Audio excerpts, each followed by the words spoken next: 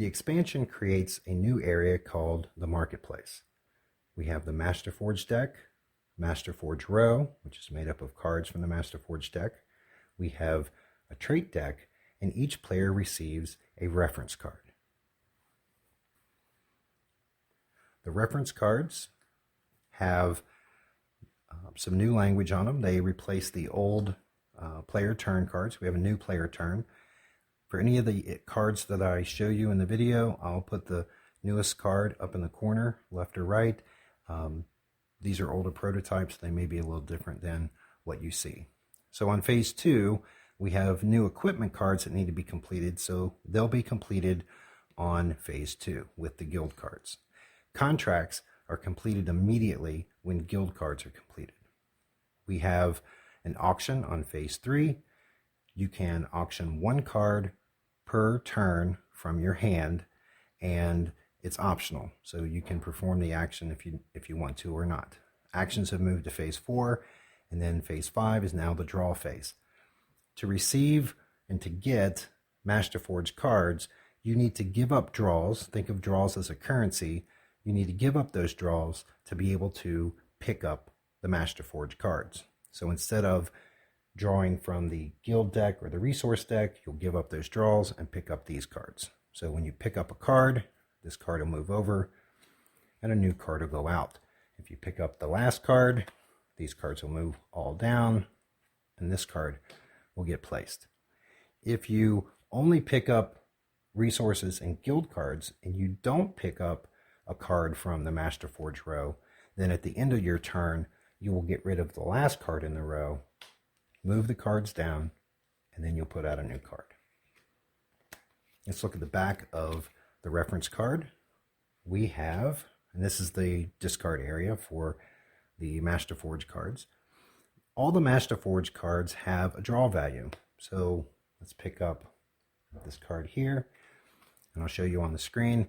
For this card is a prospector. The prospector gives you 2 resources to choose from when you're crafting or training another card. The draw value is 2, so I must give up 2 draws to be able to pick up this card. Underneath it, you'll see there is a discard icon. So just like guild cards, you'll put the card up in your market and you'll be able to discard the card out of the game on your turn. Underneath here, we have the additional scoring rules that you'll need to have. So on the back of the card, as you're going through the in-game scoring, normally there's a few additional rules that you'll need to keep in mind because the new cards add a few little wrinkles into the game that you'll need to keep track of. So they're summarized here. Next, let's go over the Masterforge cards. So we have the Masterforge card that was the Prospector. It has 2 resources that you get to choose which resource you want to use when you want to use it. So when you have this card and you have, let me see, I had a card in here. So let's say you had these 2 cards in your hand. You wanted to craft this armor, which needs a mithril and a silver. Then I get a silver, and then I can choose mithril and then lay that card on top. Or I could choose mithril, pick silver, and then put that card on top.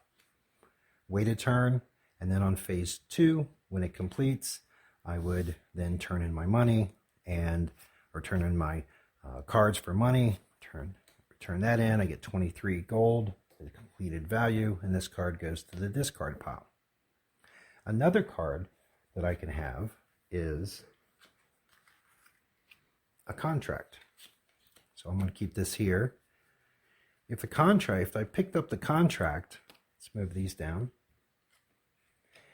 If I have a contract in my hand, or it's in my workshop, or the contract is in my market, it doesn't matter where the contract is.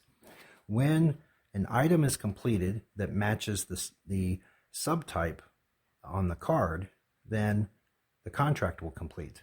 So in this case, when this armor completes, this armor contract would complete also. So instead of getting 23 gold, I would get 40 gold.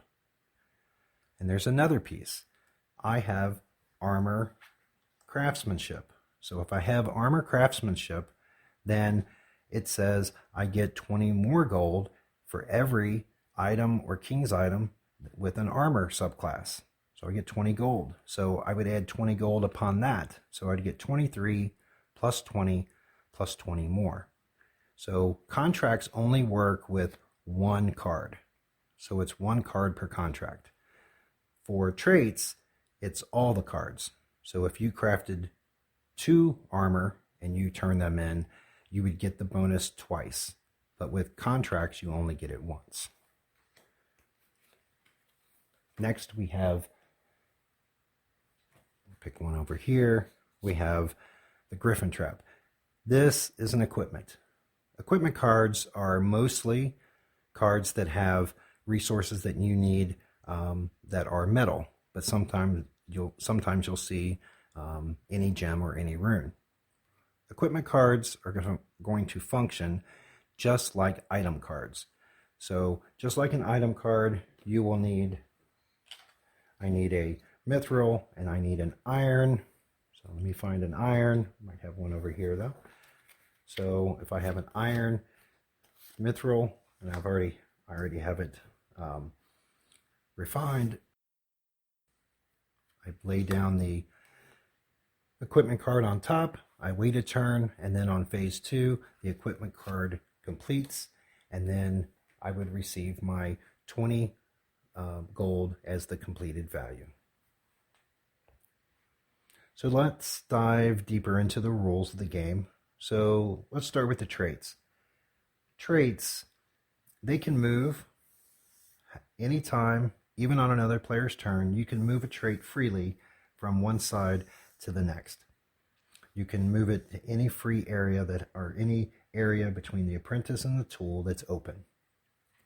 If you have 2 apprentices,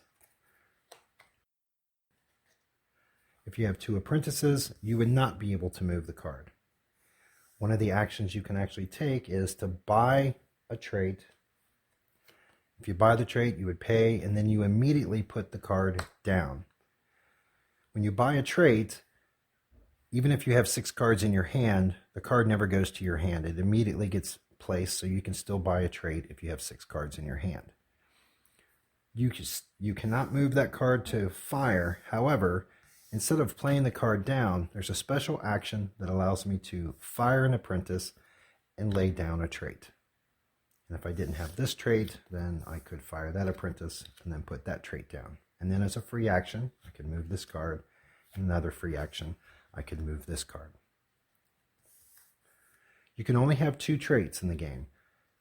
Just like you can only have 2 tools, you can only have 2 traits. You cannot have the same trait name twice, meaning I have a merchant there.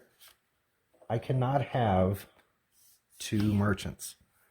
I could, however, have a merchant and a miner. So it's the same card, but a different side. So you can have the same card, just a different side, just not the same name.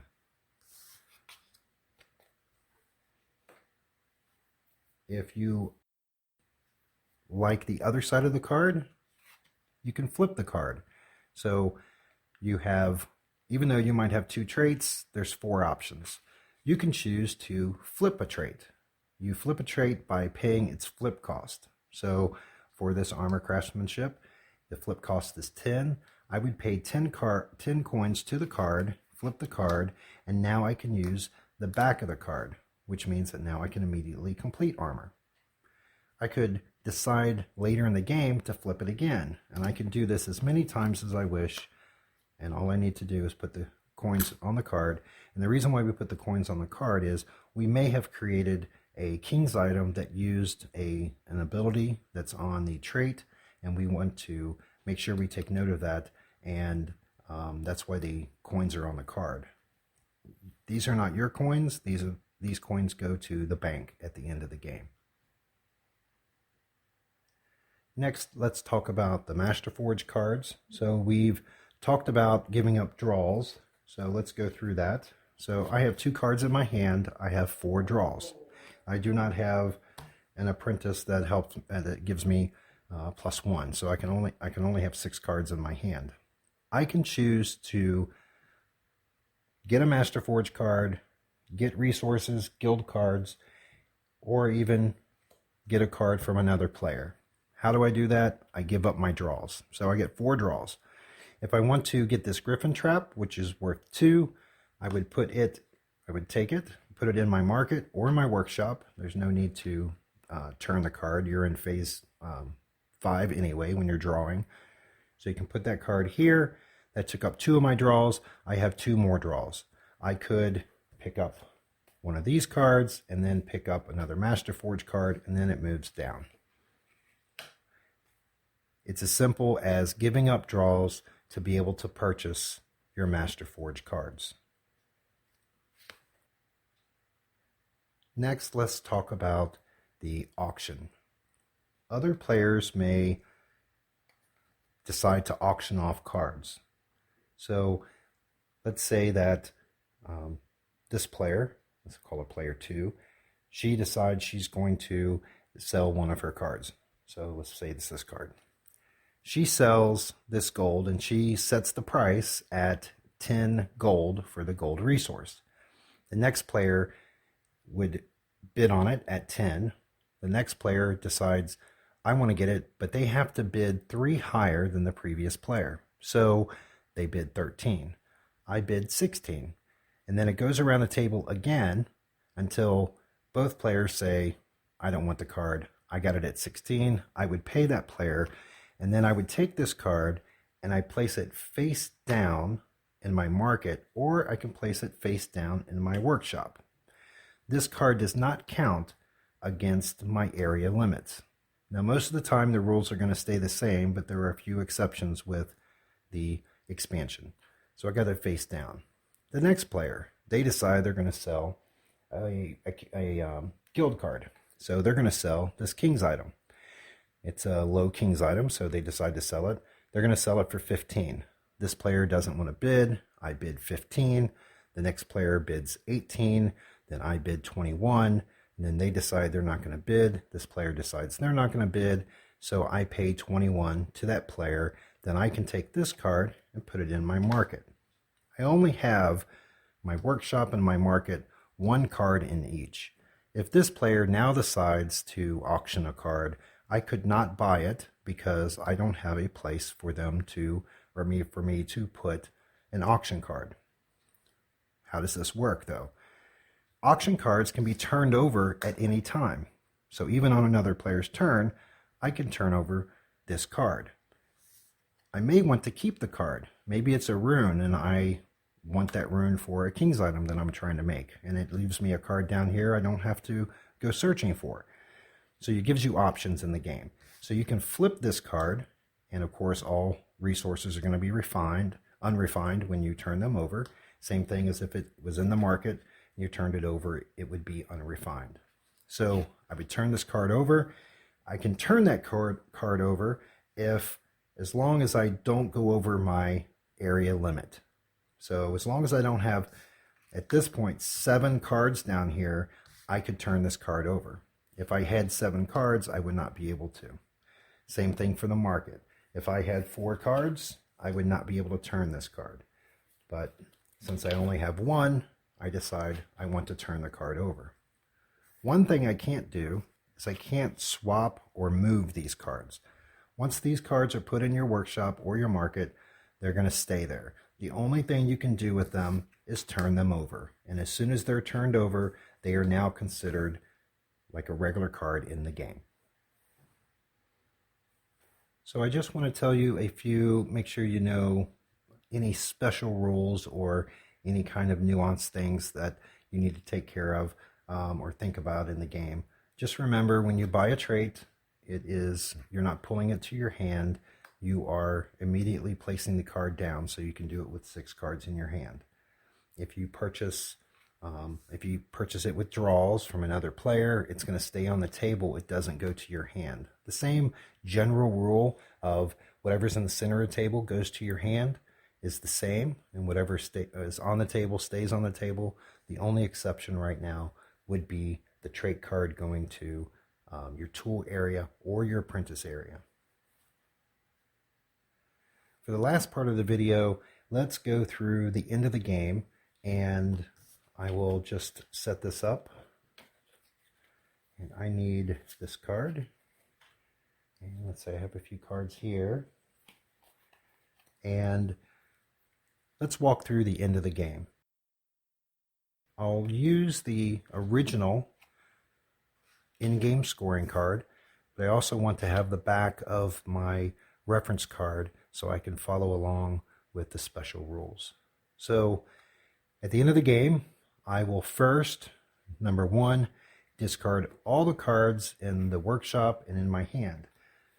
But the new rule says make sure you keep your traits and your contracts. So I'm going to discard all these cards. I'm going to keep my contract. I can just lay that down in the workshop. Next, I discard any guild cards in my market that aren't King's items. That's all right. Number 3, sell my gold for 5. So I would receive those coins. Next, I would reveal my King's items. And lucky for me, I have completed all armor, which is really nice because I'm going to get bonus gold for each armor because I have the armor craftsmanship. I also have an armor contract. The contract is only going to affect one of those cards, where the trait is going to affect all of the cards.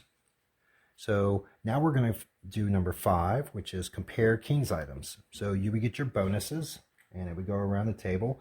I have an 85 armor, so I would get 25 gold for that, and then other players would get their gold. Now we get to number 6 on our scoring. It says receive coins for King's items. So before we do that, we will complete our contract first. We pick one of the, because it's 1 card per contract, we pick one of these to get a contract. If we have another contract, could use another card. So that will get an extra 20. So I could get my 20 gold, and then I would discard that card. Next, I would do my traits. I get 20, 20, 20. So I would get 60 extra gold, and then I would be complete with my trait. Then I would get my money for my completed King's items, get rid of those resources, and that just indicates that I got my money. I would now take my money, and the last thing I would do on number 7, before I add up all the coins and see who won, I would discard any coins on my trait cards to the bank, and then I would count my coins, and then I would find out who won the game. Thank you for watching.